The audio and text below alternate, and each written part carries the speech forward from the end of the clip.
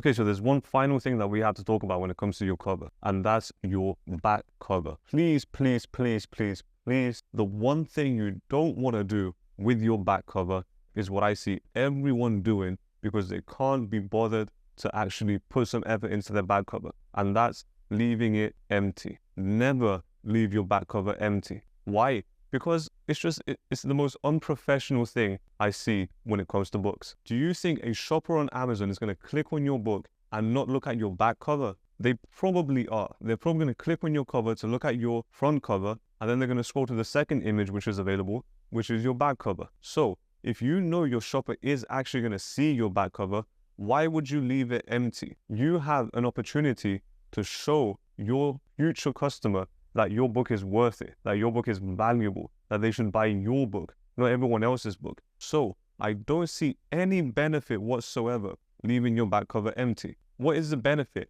of leaving your back cover empty? There's zero benefits. Some of you might say, oh, but it's aesthetically pleasing. Yeah, no one buys your book because it's aesthetically pleasing. They buy your book because it's valuable. And if you can show more value of what's inside your book using your back cover, then you have an extra small chance of convincing that person that your book is the correct book for them, and that they should buy your book instead of everyone else's boring books. So never, ever, ever leave your back cover empty, please. Too many people are leaving their back covers empty. So if you're not going to leave it empty, what are you supposed to do? Well, I'm not an expert in back covers, but here's what I like to do. If this is the back cover of my book, I always have a big headline right here. Why do I have a headline? Because if someone looks at your back cover, no one's actually reading it. But what they are going to read is the big headline because it's super easy to read. It's almost impossible for them not to read it, especially if it's large and right in their face. Now, we talked about hierarchy, so you know how to make your headline stand out to make sure that they read it first.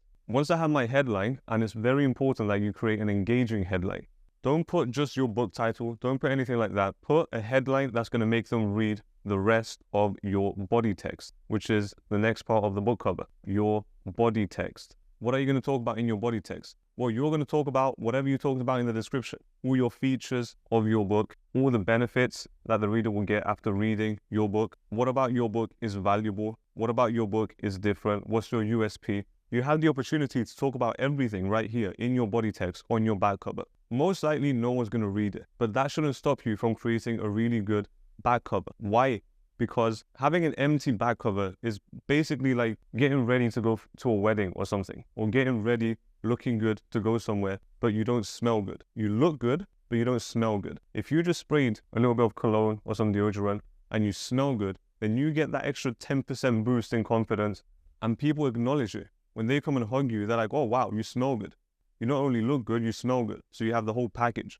If you leave your back cover empty, it's basically as if you don't care about your book. You don't put effort into your book. Because if you're skipping on the back cover, the customer's thinking, what else is this book skipping on? For your book to be professional, everything has to be consistent. Professional means you're consistently professional in every single aspect of your book. Your title, your subtitle, your front cover, your description, your back cover, the interior of your book, your formatting, your illustrations, everything has to be professionally done. Everything has to be consistently professional in order to have a professional book. If your book is terrible and the formatting is done wrong and you're only doing it to make a little bit of money and you don't actually care about the customer, and the only professional thing you have is your front cover, it's going to be hard to sell that book because yeah, the cover is going to attract them, but once they see inside the book that it's not professional, the writing's not professional, the formatting's not professional, your back cover is empty, they're thinking, oh, this guy just gave all his money just for the cover. But the actual book that they're going to buy is not going to be valuable. So they're not going to buy it. So please don't leave it empty. Have a headline. This is what I like to do.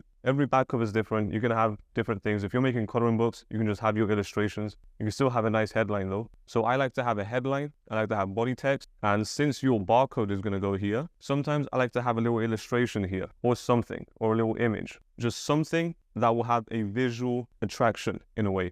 Just a visual element. It can be an illustration, it can be an image, it can be anything you want. Now, this isn't my clear-cut formula.